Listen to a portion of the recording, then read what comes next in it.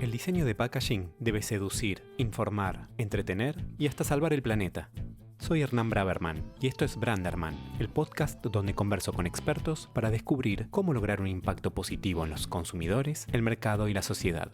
Advertencia: mantener este podcast fuera del alcance de marketineros y diseñadores de mentalidad cerrada.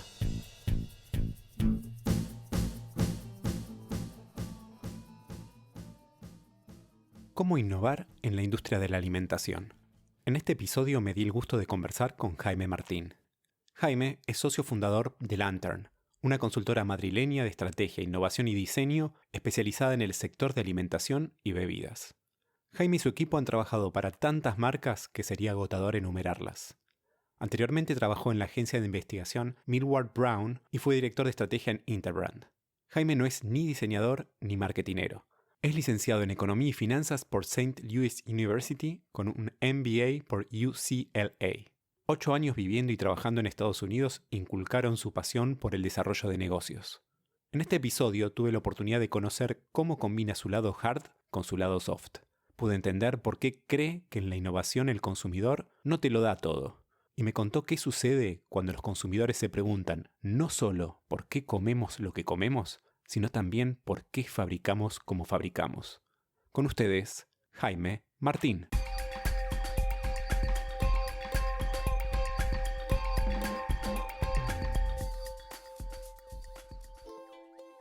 Jaime, cada uno de nosotros es un contenedor de ideas, proyectos y sueños. Sin embargo, no podemos leer la etiqueta cuando estamos dentro del frasco. Jaime, ¿qué crees que dice tu etiqueta? Joder, Hernán, tío. Bueno, tú sabes, Hernán, que como socio y director general de Lantern tengo varios gorros, ¿no? Y tengo un poco el privilegio y la suerte de estar en contacto con muchísima gente, con muchos clientes, empresas de alimentación y bebidas, de gran consumo en España y también en otros países, con startups. Recién, antes de entrar en esta entrevista, estaba hablando con una startup y me contaba un poco sus penas y sus ilusiones, ¿no? Creo que esa suerte que tengo, junto con mi equipo, porque esto es un trabajo de equipo lo que hacemos aquí, intentamos devolver un poco nuestro granito de arena a la gente con la que trabajamos y con la que nos rodeamos, en intentar un poco pensar el futuro, cómo va a ser, en intentar ayudar a las empresas con las que trabajamos y ayudar un poco a las personas, ¿no?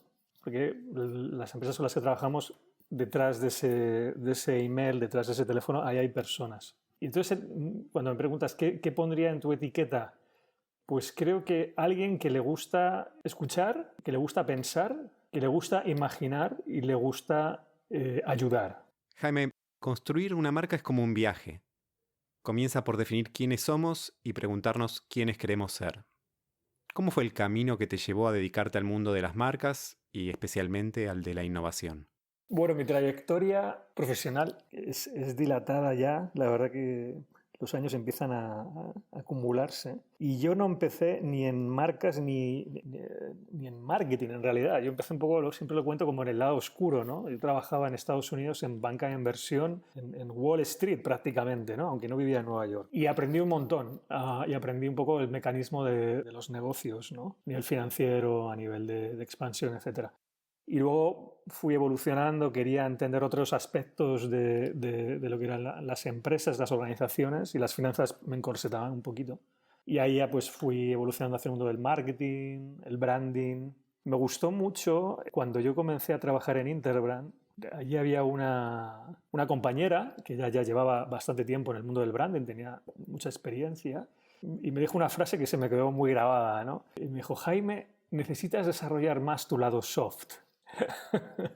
Porque claro, yo venía yo recién graduado con un MBA de los Estados Unidos y habiendo trabajado en banca de inversión y en capital riesgo, etcétera. Yo esa parte más analítica la tenía bien desarrollada, ¿no? Y la parte de los negocios y los frameworks, las estructuras, pero ella me decía: tienes que desarrollar ese lado más creativo, más soft, más intangible. Y yo entendí enseguida lo que ella quería decir, ¿no? Y por qué ella lo decía, porque yo sí que eso lo tenía, lo llevaba adentro, ¿no? Yo siempre he tenido, a nivel personal, afición pues por la fotografía, escribir, la literatura, la música, partes que luego las vas integrando y te da una cierta sensibilidad, ¿vale? Y eso me encantó, ¿no? Me encantó poder construir sobre una faceta que era más intangible, que rozaba con temas más conceptuales, más simbólicos y que te llevaba inmediatamente hacia un mundo del diseño. Y en esa parte de mi vida del branding yo colaboré mucho con diseñadores gráficos de identidad de PAC, sin ser yo diseñador por formación, y pude apreciar su trabajo y entender un poco la manera en la que ellos miraban el mundo. Y eso lo hice parte mía y luego yo evolucioné también personalmente en esa faceta más creativa, conceptual, de cómo se construyen marcas, de cómo se desarrollan narrativas, de cómo interpretas un poco la realidad social del consumidor y la expresas en eso tan poderoso que puede ser, si se hace bien, una marca. Luego el salto a innovación, que es un poco en estrategia e innovación, ¿no? Que es lo que más hacemos en Lantern, aunque también hacemos branding y hacemos construcción de marcas y diseño. Fue un poco una vuelta a tierra, ¿no? Por así decirlo. Es decir, desde el branding hubo un momento en el que el cuerpo me pedía no solamente estar en esa parte conceptual, sino también reconectar con cosas más duras del negocio. Volver al lado oscuro. Volver un poco al lado oscuro, sí. Un poco volver al lado oscuro.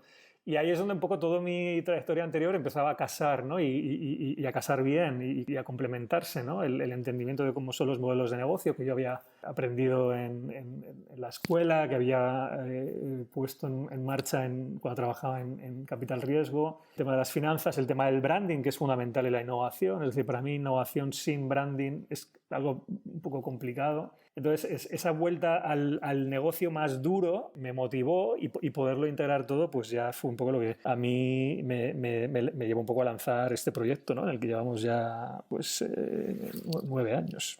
Claridad, creatividad y cambio. ¿Puedes contarme cómo esos 3 ingredientes influencian el trabajo de tu consultora Lantern? Aprendí en su momento que aquello de que nunca le dotes a tu marca de más de 3 valores, ¿no? Porque no somos capaces de recordar más de 3 cosas. Somos seres un poco limitados. Y cuando intentábamos expresar cómo queríamos trabajar en Lantern y cómo queríamos que fuese la experiencia de trabajar con nosotros, bueno, nos dimos un poco ese armazón de las 3 Cs, ¿no? que has mencionado, de la claridad, la creatividad y el cambio. La claridad viene...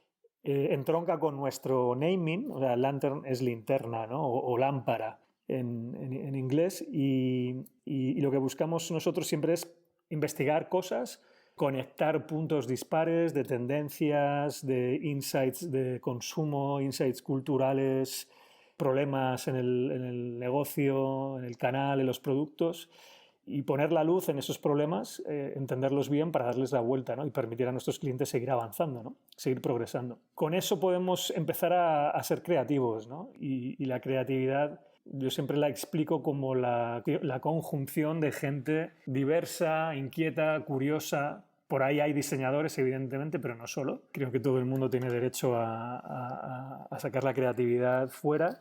Y en la creatividad buscamos diseñar y en ese sentido una concepción de diseño centrado en personas, ¿no? Y un diseño total de soluciones, de modelos de negocio, de marcas, de productos, de estrategias. Y esa última parte del cambio es ¿para qué diseñamos creativamente todo esto? Lo que queremos es generar un cambio. Queremos generar un cambio en las organizaciones para las que trabajamos. Evidentemente nuestros clientes acuden a nosotros para ayudarles a crecer su negocio, ayudarles a fortalecer su negocio. Y nosotros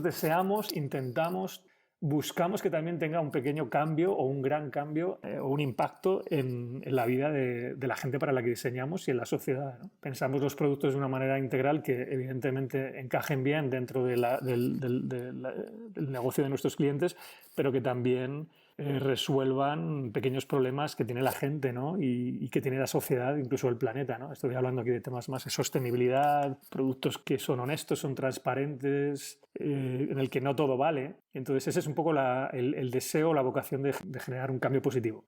¿Cómo se aplica el diseño estratégico a la industria de la alimentación? La industria de la alimentación tiene retos importantes, precisamente porque la industria de la alimentación es una industria muy centrada en producto, ¿no? En producto físico, tangible, con un envase, con un pack que tiene que estar en un lineal. Y eso presenta retos respecto a otras industrias donde el servicio ha permitido imaginar cosas con más ambición a veces. Quizás porque no estás supeditado a ese mundo del 3D, ¿no? Entonces estás en un mundo donde puede entrar con mucha fuerza lo digital, pueden entrar con mucha fuerza los comportamientos de los empleados y de las personas que entregan servicios, donde pueden entrar otros factores, ¿no? Y ahí el diseño estratégico ha permitido llegar a un nivel de totalidad y de escalabilidad bastante importante. Y en alimentación es más retador, es muy retador, muy bonito también en ese sentido y un poco distinto, ¿no? Entonces en alimentación el diseño estratégico, bueno, parte creo que de bases comunes como podría ser en cualquier otro sector, es evidente, donde el usuario ha de ser el centro de todo y el punto de partida y también el punto de llegada, y donde la sociedad y el planeta también ahora se incorporan en toda esta reflexión. Y luego, a la hora de solucionar estos problemas, yo creo que un poco nosotros lo que intentamos es, según el cliente con el que trabajamos y su nivel de sofisticación o de entendimiento de todo esto, pues pisamos más o menos el acelerador, ¿de acuerdo? Porque no puedes tener un poco como café para todos, ¿no? Yo creo que hay clientes que entiendan este diseño estratégico de una manera más amplia, entienden que sus productos en alimentación o en gran consumo, en perfumería, higiene, lo que sea, ya no es simplemente algo que pongo ahí en el lineal, sino es algo que está entendido como toda una cadena de valor, ¿no? Que puede llegar hasta el productor de la materia prima, el granjero, el agricultor que produce esos insumos, la logística que puede haber entre medias, la fabricación, cómo eso impacta luego a la hora de generar residuos, desperdicio de alimentación. Con diseño estratégico intentamos entender todo ese sistema y ver cómo podemos ir solucionando problemas o capitalizando oportunidades en todo ese sistema que es mucho más allá que el producto. Eso, digamos, en un proyecto con ambición, donde tienes recorrido, margen, un cliente que te entiende, que te reta y que quiere tener, dentro de esa C de nuestros 3 valores de cambio, quiere tener o generar el mayor cambio posible, ¿no? Eso sería un poco el ideal, ¿no? Luego, evidentemente, hay que ir modulando, ¿de acuerdo? Pero en cualquier proyecto siempre vamos a tener que entender muy bien a los usuarios, a los consumidores, al canal también, no solamente... O sea, el consumidor en innovación, en diseño estratégico, el consumidor no te lo da todo. Eso también es una reflexión que para mí es importante y siempre lo digo. Olvidémonos de que el consumidor te va a dar todas las respuestas. Te va a dar muchas, pero en muchos casos tienes que mirar más allá, tienes que viajar.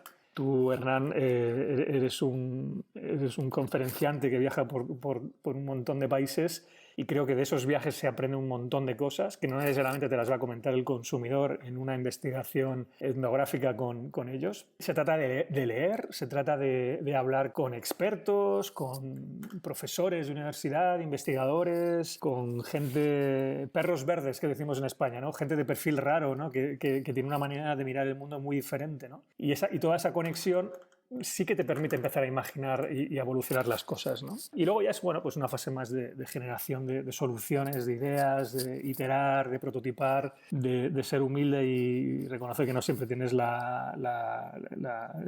producto perfecto y que entre todos puedes avanzarlo, ¿no? Me interesa profundizar en esta idea de entender más que a los consumidores, a las personas que están detrás. ¿Qué herramientas de investigación recomiendas más allá del clásico focus group o una investigación cuantitativa? Todas son válidas. Nosotros trabajamos no hace mucho para una de las mayores empresas de alimentación de España y recuerdo que el director de marketing, que es una persona muy reconocida en España, decía, no quiero ni un solo focus group más, ¿no? Y bueno, y nosotros siempre hemos intentado salir de los focus group, ¿no? Precisamente porque son un modelo un poco estático a veces. Pero yo creo que aquí hay que ser realista, ¿no? Y que depende del reto, ¿no? Y qué es lo que quieras hablar y de lo que quieras investigar en cada momento, ¿no? O sea, no creo que haya que cerrarse a nada. Lo que sí es cierto es que cuanto más contextual sea la investigación, en lo que tú decías, ¿no? Cuando intentes entender a las personas y no a los consumidores, pues siempre adquieres más textura y más matices en el entendimiento, ¿no? del problema. Y en un focus group, pues quizás ahí lo que más sale son los consumidores, no tanto las personas, ¿no? Yo recuerdo haciendo investigación etnográfica en Barcelona, una anécdota, ¿no? Íbamos a los hogares de las personas, ¿no? Y es muy interesante porque tú cuando entras alguien tiene pues, la amabilidad de abrirte las puertas de su casa, es un regalo, ¿no? Porque tú llegas allí y tienes una conversación con ellos y si se genera un clima de empatía y de cordialidad, puedes empezar a hacer preguntas un poco más allá del guión, por así decirlo, ¿no? Y yo recuerdo que una vez estábamos hablando en Barcelona con este chico que era enfermero de profesión y luego su sueño y sus ratos libres era actor también, ¿no? Y entonces, bueno, pues era divertido preguntarle, por ejemplo, por qué tenía una botella de Jägermeister, ¿no? En el salón de su casa, ¿no?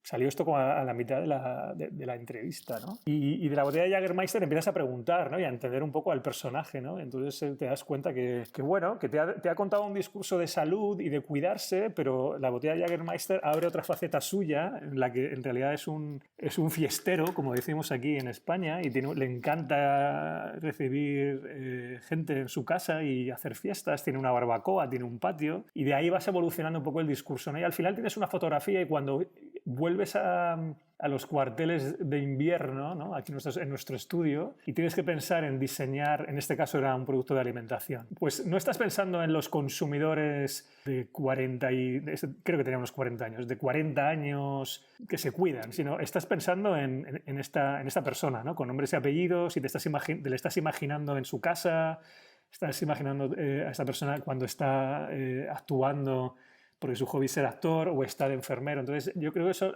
humaniza, añade textura, humaniza y hace mucho más real. Entonces la investigación a veces es más la mano del pintor, ¿eh? O sea, no es tanto que las técnicas, o sea, las técnicas son las que son, creo que no hay magia ni secreto, lo que creo que conviene es no tener un kit de herramientas demasiado fijo. Hay una serie de técnicas más etnográficas, más participativas, más observacionales, lo que quieras, pero es quien hace esa investigación y cómo eres luego capaz de linkarlo o de unirlo al resto de retos, ¿no? Pero bueno, nosotros en Lantern utilizamos un repertorio amplio de técnicas y en la medida de lo posible lo más contextuales.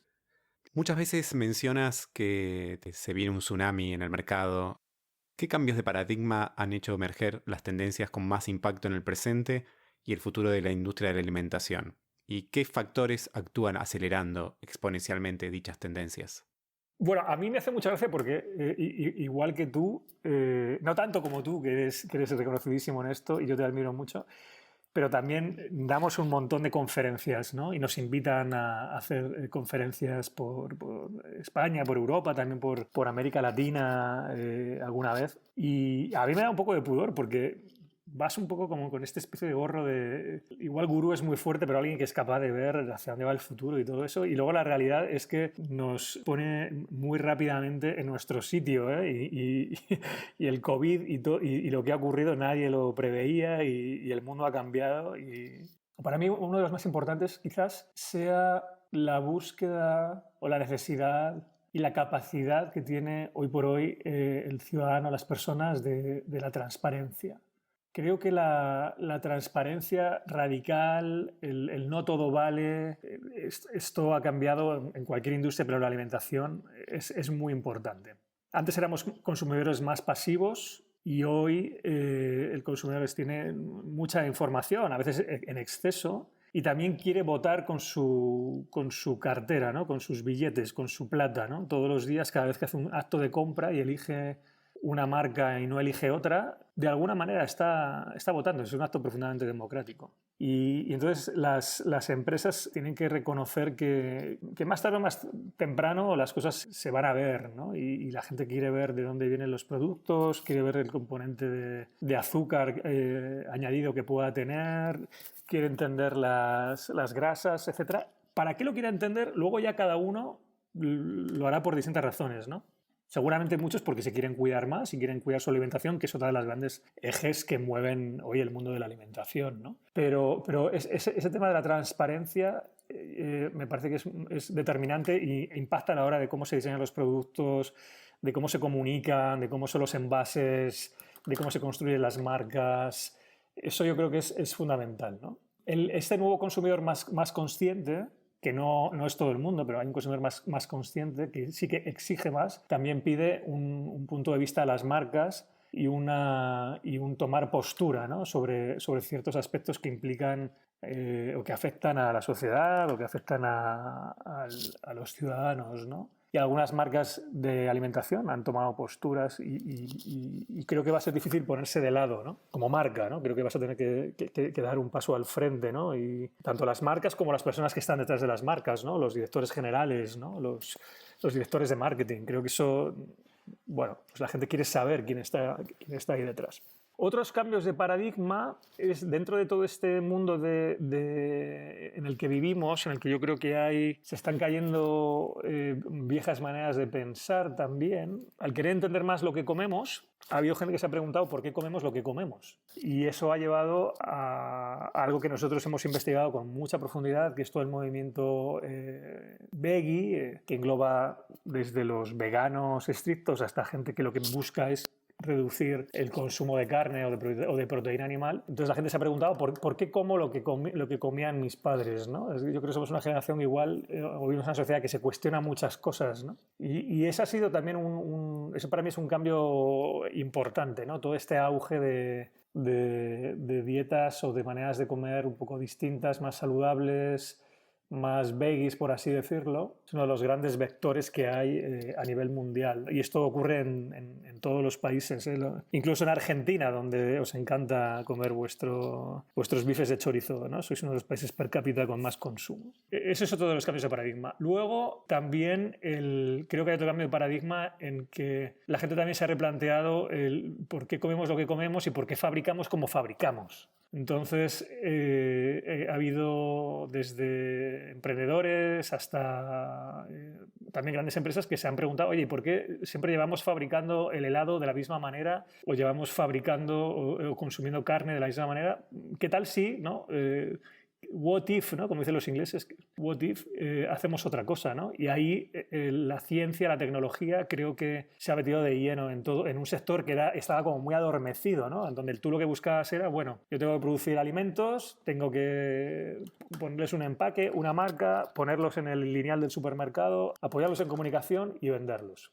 Y ahora ese sector que estaba adormecido se ha dado cuenta de, oye, vamos a ver que la innovación tecnológica, la innovación se puede aplicar también a este sector. Esto no es solo una cosa de los Googles y de los Amazon, ¿no? Y de ahí surgen pues toda esta ola de startups que pueden ser más o menos disruptivas, ¿no? Algunas tremendamente casi distópicas, como pueden ser las que están investigando y ya viendo cómo escalar la fabricación de carne criada o generada en laboratorio. Y quien dice carne puede ser cualquier cosa, ¿vale? Esto puede ser carne, puede ser huevos, puede ser pescado, puede ser café, puede ser vino. Es decir, ¿por qué no en el futuro, a lo mejor, no solamente en nuestra nevera, en nuestro pantry, de repente tengamos carne de laboratorio o de repente el café no venga necesariamente de Colombia? A lo mejor es un café que se ha fabricado en un laboratorio muy avanzado en Buenos Aires o en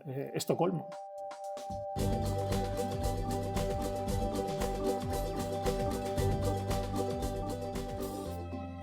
¿Por qué crees que las pequeñas marcas, estos startups emergentes, lideran el desarrollo de productos innovadores? Y en ese sentido, ¿están las grandes marcas preparadas para innovar? Las grandes marcas cada vez están más preparadas para innovar. Esto siempre hay una curva de aprendizaje y están pedaleando y remando todo lo que pueden por aprender a innovar. ¿Les cuesta? Sí. ¿Van a fracasar muchas de ellas? Sin duda. ¿Algunas lo harán bien? Por supuestísimo. Las grandes empresas no hay que subestimarlas, tienen un know-how tremendo, tienen escala, tienen distribución, tienen un I+D muy potente, tienen el network suficiente para conectar los puntos que otros no son capaces de conectar. Y luego tienen la necesidad. Tienen la necesidad porque su negocio core en gran consumo y alimentación es un negocio que en muchos mercados no hay crecimiento. La población se estanca o disminuye directamente, entonces no hay crecimiento por ahí y ellos están buscando, como locos, dónde están las bolsas de crecimiento y a partir de ahí es un tema de innovación, ¿no? Lo que pasa es que seguramente las empresas de alimentación están centradas en una innovación un poco menos disruptiva, ¿no? Y las startups llevan un poco el liderazgo, bueno, pues porque como ocurre en cualquier otro sector, hay emprendedores que tienen, no sé si la palabra es mucho menos que perder, pero desde luego tienen sueños más grandes, tienen ganas de cambiar el mundo y no tienen ataduras de grandes fábricas, ni de enormes equipos, ¿no? Ni de burocracia, ni de todas estas cosas que de alguna manera esclerotizan, ¿no? la innovación en las grandes compañías. Jaime, ¿cuál es el peor crimen de innovación que hayas visto o que hayas cometido? Pues mira, bueno, la palabra crimen es fuerte. Desde luego, errores un montón y espero haber aprendido o que hayamos aprendido de algunos. No sé si de todos, pero yo creo que para una consultora como nosotros el peor crimen a veces es aceptar briefings o retos de cosas que tienen poco sentido o en las que a lo mejor creemos que hay pocas oportunidades. Yo creo que eso es un crimen porque te lleva a proyectos que luego son como un callejón sin salida. Hubo uno, esto es un ejemplo, no sé si fue el mayor crimen, la verdad, pero bueno, hicimos un proyecto para una compañía en la que el briefing era tenemos que innovar fuera de la categoría en la que nosotros estamos y el único condicionante es que esto tiene que estar en un determinado empaque, ¿de acuerdo? Es decir, los productos que lancemos tienen que ser en este tipo de envase. No puede ser otro. Y esto era porque bueno, había una alianza entre la compañía y esta otra empresa de empaques y demás. Entonces fue realmente un reto tremendo, ¿no? Porque lo que íbamos viendo es que a medida que se nos ocurrían ideas, creo que muy potentes y muy interesantes, en el momento que entraban en ese empaque, que era una especie de camisa de fuerza del proyecto, las ideas como que de repente se caían y se diluían y bajaban en la fuerza que podían tener. Y entonces, bueno, esto de aceptar briefings así tan locos como este, ¿no? De tienes que innovar, pero solamente puede entrar en este envase, a veces es un error. Y cosas así que he visto por ahí. Pues mira, yo creo que por no hablar de casos concretos, pero creo que hay una cosa que sí que hemos visto. O sea, en general los equipos de marketing y los equipos de innovación de las grandes compañías o de las compañías con las que trabajamos son gente súper valiosa, súper inteligente y que hace un trabajo fantástico, ¿vale? Y a veces se olvidan, bueno, no se olvidan, pero se topan con una gran realidad y es que el primer cliente que tienen cuando ellos innovan no es ni el retailer, ni siquiera el consumidor, es su propia red comercial. Y ahí hay un problema muchas veces, y es que la red comercial o se enamora del producto que tú quieres lanzar o te va a hacer todas las zancadillas del mundo para que ese producto no funcione. Y yo sí que he visto proyectos en los que eso no estaba contemplado y ha habido incluso cambios de la marca que tenía que apadrinar el producto final, se ha cambiado en el último minuto porque la red comercial ha casi impuesto su criterio, ¿no? En contra un poco de lo que era todo el espíritu y la filosofía que daba coherencia a un proyecto, ¿no? En el que tú quieres poner un producto en el mercado y entiendes que esta es la marca que va a funcionar bien y has estado pensando en esta marca y casi en el último minuto te cambian las reglas del juego y te ponen una marca distinta, ¿no? Porque haya habido una lucha entre comercial y marketing. Entonces yo creo que eso es muy peligroso y a la hora de diseñar los proyectos yo creo que para mí una recomendación es comercial, que es tu primer cliente, tiene que estar integrado, tiene que ser parte del equipo, tiene que opinar, tiene que tener voz y voto, tiene que aportar, porque también tiene una visión muy importante en todo esto, para que luego cuando se presente ese gran día de esas son las innovaciones del año que viene, el equipo de comercial se ponga a remar y se enamore del producto, porque si no hay nada que hacer. Jaime, ¿tú crees que el concepto de innovación está muy prostituido? No, no creo que esté prostituido. Y te digo por qué. Hay mucha literatura y muchos blogs y libros y bueno, mucha gente que te hace un taller de innovación y se queda tan feliz. Nosotros que trabajamos todos los días en proyectos de innovación, de estrategia de crecimiento con nuestros clientes, ahí no hay prostitución que valga. Es decir, son proyectos muy serios donde se juega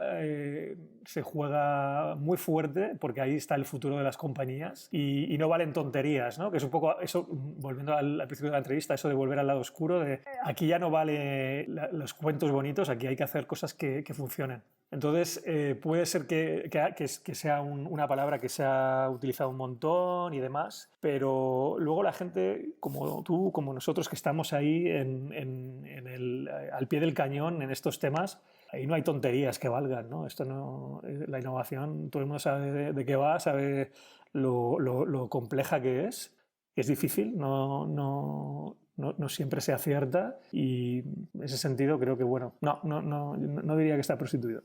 La preocupación por la sostenibilidad es uno de los elementos en los que están poniendo el foco muchas empresas. ¿Cómo crees que puede dar respuesta a los nuevos consumidores que tienen tatuado ese compromiso ambiental?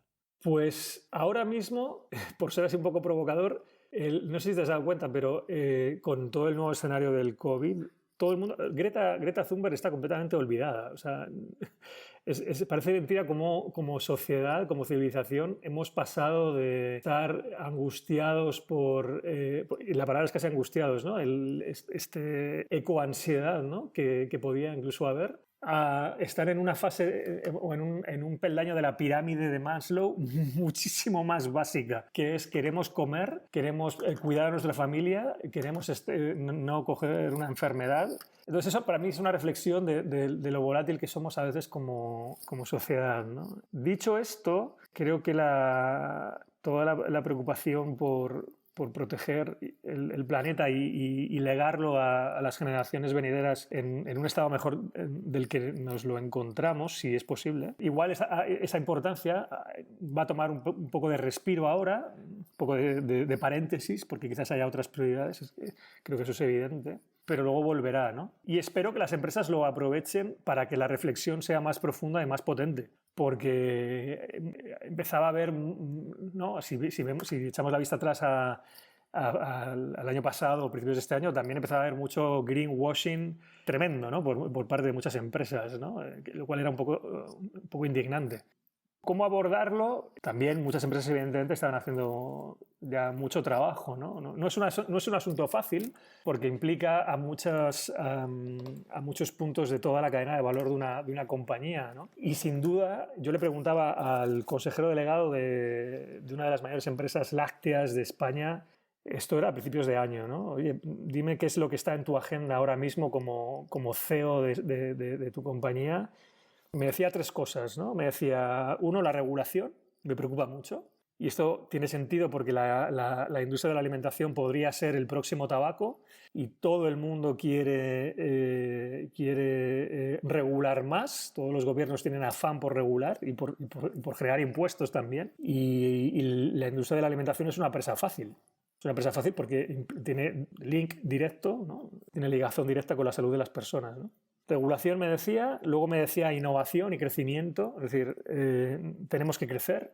La sostenibilidad de nuestra empresa se juega en seguir creciendo y crecer con rentabilidad, y no es fácil crecer en alimentación. O sea, esto no es un sector como puede ser e-commerce o como puede ser salud o como puede ser otras cosas, ¿no? Y lo tercero me decía sostenibilidad, ¿no? Me preocupa la sostenibilidad, me preocupa porque yo soy padre y tengo 2 hijas, me decía, que es algo que no nos debemos de olvidar, ¿no? Que a veces también se critica a las grandes compañías como estos entes abstractos y amorfos que solamente buscan por su interés, pero también tenemos que a veces empatizar un poco y pensar que el consejero delegado, el CEO de estas empresas, el de marketing, el de producción, son padres, madres que tienen también sus inquietudes. Entonces me decía la sostenibilidad y me decía que es un tema complejo, evidentemente, porque toca a muchos aspectos Implica desde lo que es el sourcing, ¿no? Aguas abajo, y implica temas en producción, en fábrica, en logística, en empaque, en cómo diseñamos el producto, en cómo esto llega al lineal. O sea, hay un montón de cosas, ¿no? Y yo creo que como civilización estamos todavía un poco dando palos de ciego, es decir, no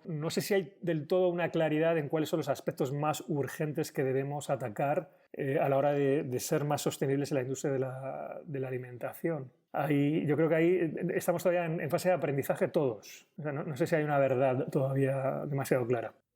Jaime, ¿qué rol crees que tiene el packaging en los procesos de innovación, especialmente en la industria de la alimentación? Pues el packaging y el branding en general me parece que tienen un rol crítico.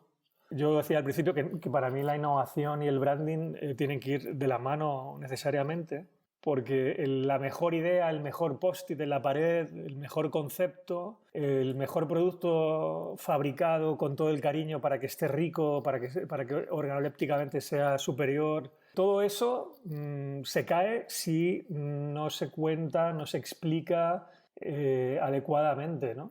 Y el rol del envase es contarlo, es dar transparencia y es visibilizar un poco el espíritu que mueve a la gente que está lanzando ese producto, ¿no? O sea, yo creo que además de explicar y de contar los beneficios, las razones para las que creer esos beneficios, un envase potente debe de generar una experiencia también, ¿no? Una manera de entender la filosofía que hay de ese producto, ¿no? Yo creo que el diseño estratégico tiene que también tener en el punto de mira cómo va a ser esa experiencia del producto, ¿no?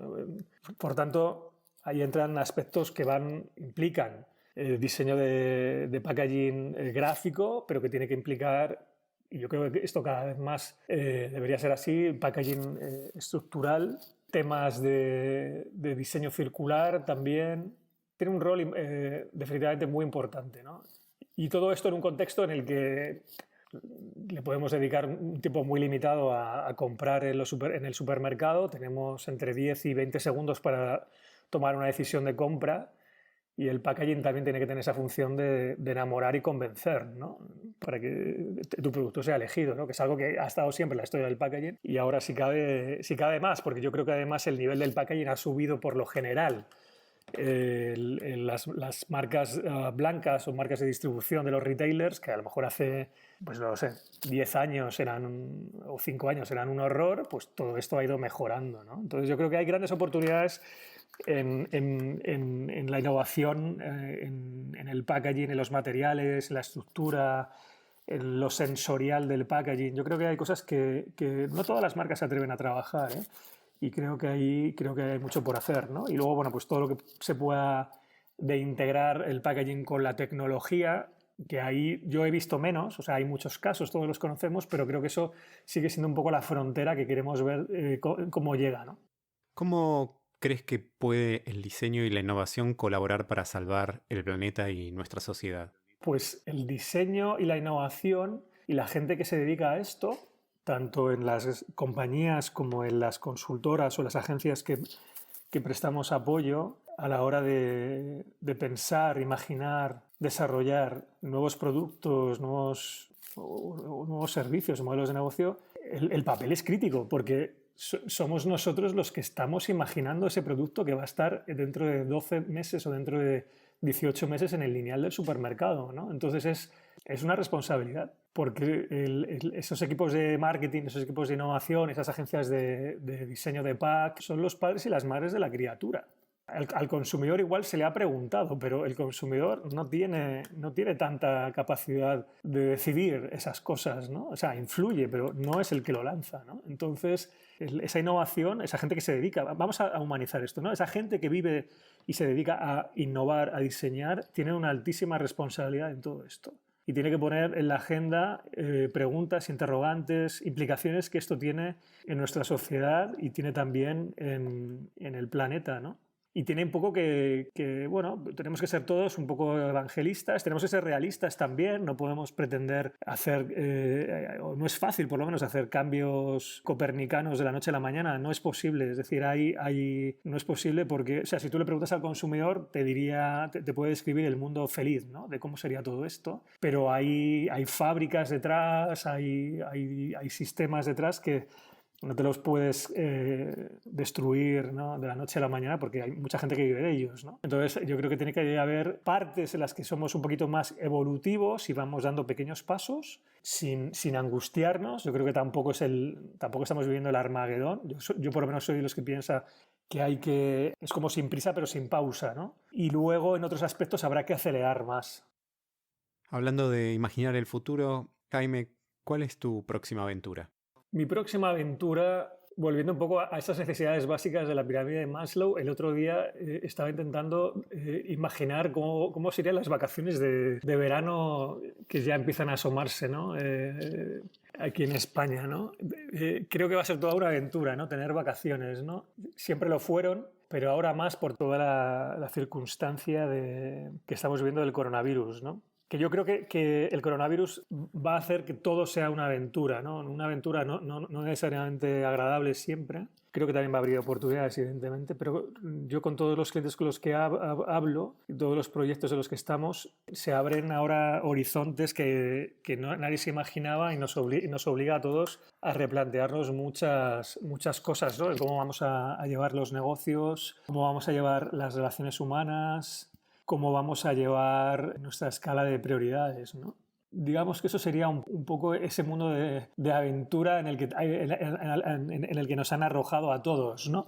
Jaime, muchísimas gracias por descubrir tu mirada hacia la innovación. Agradecemos muchísimo tus palabras y tus reflexiones. Bueno, es un placer, Hernán Braverman o Branderman, ya no sé cómo te voy a llamar a futuro. Ha sido un placer estar contigo y cuando quieras, aquí estamos para lo que necesitéis. Espero que hayas disfrutado tanto como yo esta conversación. Podés chequear las notas del episodio para ver todos los links relevantes. Te invito también a seguirme a través de la cuenta de Instagram y mi website branderman.design. Suscríbete al podcast en tu app favorita para no perderte el próximo episodio de Branderman, el podcast en el que te propongo descubrir cómo lograr a través del diseño de packaging un impacto positivo en los consumidores, el mercado y la sociedad.